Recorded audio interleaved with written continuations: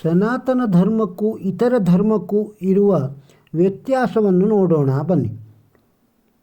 ನಾಗರಹಾವು ಬಹಳ ದಿನಗಳಿಂದ ಒಂದು ಮಸೀದಿಯ ಗೋಡೆಯ ಸಂದಿಯೊಳಗೆ ಬಿಲ ಮಾಡಿಕೊಂಡಿತ್ತು.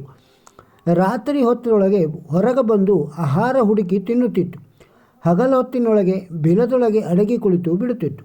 ಪ್ರತಿದಿನ ಅದು ಜನರು 5 ಬಾರಿ ನಮಾಜ್ ಮಾಡುವುದು ನೋಡುತ್ತಿತ್ತು. ಅಲ್ಲದೆ ಮುಲ್ಲಾ ಮಾಡುತ್ತಿದ್ದ ಪ್ರವಚನವನ್ನೂ ಕೇಳುತ್ತಿತ್ತು. ಒಂದು ದಿನ ಅದರ ಮನಸ್ಸಿನಲ್ಲಿ ನಮಾಜಿನಲ್ಲಿ ಇಷ್ಟೊಂದು ಮಹಿಮೆ ಇರಬೇಕಾದರೆ ತಾನೂ ನಮಾಜು ಮಾಡಬೇಕು, ಅದರಿಂದ ತನಗೂ ಜನ್ನತ್ ದೊರಕಬಹುದು ಎಂದು ಯೋಚಿಸಿತು. ಮತ್ತೇನು, ಒಂದು ದಿನ ಅದು ನಮಾಜು ಮಾಡುವವರ ಸಾಲಿನಲ್ಲಿ ತಾನೂ ಹೋಗಿ ನಿಲ್ಲಲು ಹೊರಟಿತು.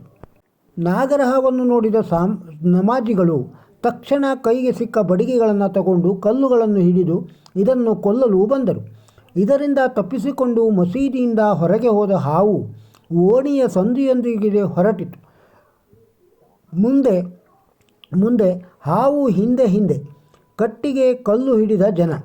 ನಾಗರಹಾವು ಅದರಿಂದ ತಪ್ಪಿಸಿಕೊಂಡು ಓಡುತ್ತಾ ಓಣಿಯೊಳಗಿದ್ದ ಒಂದು ಸಣ್ಣ ಶಿವನ ದೇವಸ್ಥಾನದ ಗರ್ಭಗುಡಿಯೊಳಗೆ ಹೋಗಿ ಶಿವಲಿಂಗವನ್ನು ಸುತ್ತಿಕೊಂಡು ಕುಳಿತು ತನ್ನ ಜೀವ ಉಳಿಸಿಕೊಂಡು ಬಿಟ್ಟಿತು. ಶಿವಲಿಂಗಕ್ಕೆ ಹಾವು ಸುತ್ತಿಕೊಂಡ ಕುಳಿತ ಸುದ್ದಿ ತಿಳಿದ ಹಿಂದೂಗಳು ಗುಂಪಾಗಿ ಬಂದು ಆರತಿ ಮಾಡಿ ಪೂಜೆ ಮಾಡಿ ಹಾವಿಗೆ ಹಾಲು ಕುಡಿಸಲು ಸಾಲಾಗಿ ನಿಂತರು. ಇದನ್ನು ನೋಡಿ ನಾಗರಹಾವು ಯೋಚಿಸಲಿಕ್ಕಿತ್ತು.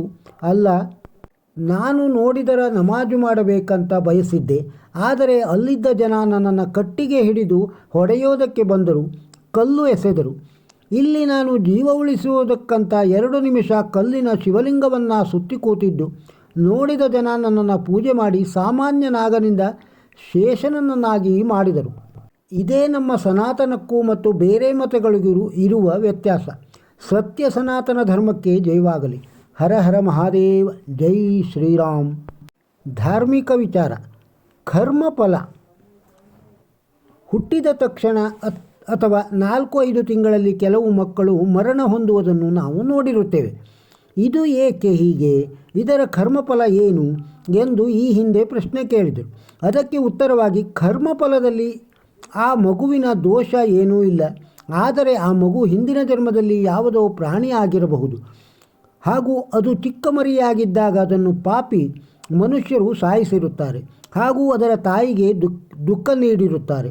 ಹಾಗಾಗಿ ಈ ಜನ್ಮದಲ್ಲಿ ಅದರ ತಾಯಿ ಅಥವಾ ಮರಿಯೇ ಇವರ ಮಗುವಾಗಿ ಜನಿಸಿ 9 ತಿಂಗಳ ಮೊದಲೇ ಮೃತ್ಯು ಹೊಂದುತ್ತದೆ. ಇದರ ದುಃಖ ಪೋಷಕರು ತುಂಬ ಅನುಭವಿಸುತ್ತಾರೆ.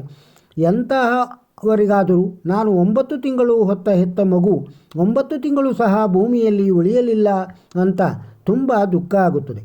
ಇದರ ಕಾರಣವೇ ಇವರು ಹಿಂದಿನ ಜನ್ಮದಲ್ಲಿ ಮಗುವಿನ ಹತ್ಯೆ ಮಾಡಿರುವುದು. ಆದ್ದರಿಂದ ನಾವುಗಳು ಅತ್ಯಂತ ಎಚ್ಚರಿಕೆಯಿಂದ ಜೀವನ ನಡೆಸಬೇಕು. ಯಾವುದೇ ಪ್ರಾಣಿಗಳ ಹತ್ಯೆ ಮಾಡಬಾರದು, ಅದರಲ್ಲೂ ಮರಿಗಳ ಹತ್ಯೆ ಕಡ್ಡಾಯವಾಗಿ ಮಾಡಬಾರದು. ಕೆಲವರು ಮನೆಯ ಒಳಗೆ ಇರುವ ಇಲಿ ಮರಿಗಳನ್ನು ತೆಗೆದು ಎಸೆಯುತ್ತಾರೆ. ಹಾಗೆ ಮಾಡಿದರೆ ಮುಂದೆ ನಿಮ್ಮ ಮಕ್ಕಳು ಸಹ ಹಾಗೆಯೇ ಸಾಯುತ್ತಾರೆ. ಇನ್ನು ಅದು ಮುಂದಿನ ಜನ್ಮ, ಅದನ್ನು ನಾವು ನೋಡುವುದಿಲ್ಲ. ಹಾಗಾಗಿ ಏನಾದರೂ ಆಗಲಿ ಎಂದರೆ ಖಂಡಿತ ನಿಮಗೆ ಮುಂದಿನ ಜನ್ಮದ್ದು ಗೊತ್ತಾಗುವ ಅವಶ್ಯಕತೆಯೇ ಇಲ್ಲ. ಆದರೆ ದೇವರು ನೋಡುತ್ತಾನೆ, ನೋಡಿ ಜೋರಾಗಿ ನಗುತ್ತಾನೆ. ಈ ಜನ್ಮದಲ್ಲಿಯೂ ತುಂಬ ಜನರು ಕಾಲಿಲ್ಲದೆ, ಕಣ್ಣಿಲ್ಲದೆ ಅಥವಾ ಇತರೆ ರೋಗಗಳಲ್ಲಿ ನರಳುತ್ತಿರುತ್ತಾರೆ. ಆದರೆ ಕೆಲವರು ಅಂದುಕೊಳ್ಳುತ್ತಾರೆ, ಇಂತಹ ತುಂಬ ಕಷ್ಟಪಡುವವರನ್ನು ನೋಡಿ ದೇವರು ದುಃಖಪಡುತ್ತಾನೆ ಎಂದು. ಖಂಡಿತ ಇಲ್ಲ. ದೇವರು ನಗುತ್ತಾನೆ, ಜೋರಾಗಿ ನಗುತ್ತಾನೆ. ಹಿಂದಿನ ಜನ್ಮದಲ್ಲಿ ಕೆಟ್ಟ ಕೆಲಸ ಮಾಡಿದ ಪರಿಣಾಮ ಈಗ ಅನುಭವಿಸಿ ಎಂದು ನಗುತ್ತಾನೆ. ಹಾಗಾಗಿ ನಾವು ಜೀವನದಲ್ಲಿ ತುಂಬ ಎಚ್ಚರಿಕೆಯಿಂದ ಜೀವನ ನಡೆಸಬೇಕು. ಯಾವುದೇ ಅಮಾಯಕರಿಗೆ ನೋವುಂಟು ಮಾಡುವುದು, ಅವರ ನೋವಿಗೆ ಕಾರಣರಾಗುವುದು ಮಾಡಬಾರದು. ಎಲ್ಲ ತಪ್ಪಿಗೂ ಕರ್ಮಫಲ ಅನುಭವಿಸಬೇಕಾಗುತ್ತದೆ. ಕೃಷ್ಣ ಕೃಷ್ಣ. ಈ ವಿಡಿಯೋ ನಿಮಗೆ ಇಷ್ಟವಾಗಿದ್ದರೆ ಒಂದು ಲೈಕ್ ಕೊಡಿ. ಇದನ್ನು ಇತರರಿಗೂ ಶೇರ್ ಮಾಡಿ. ನಮ್ಮ ಚಾನಲ್ಗೆ ಇನ್ನೂ ಸಬ್ಸ್ಕ್ರೈಬ್ ಆಗದೇ ಇದ್ದರೆ ಸಬ್ಸ್ಕ್ರೈಬ್ ಆಗಿ. ನಮಸ್ಕಾರ.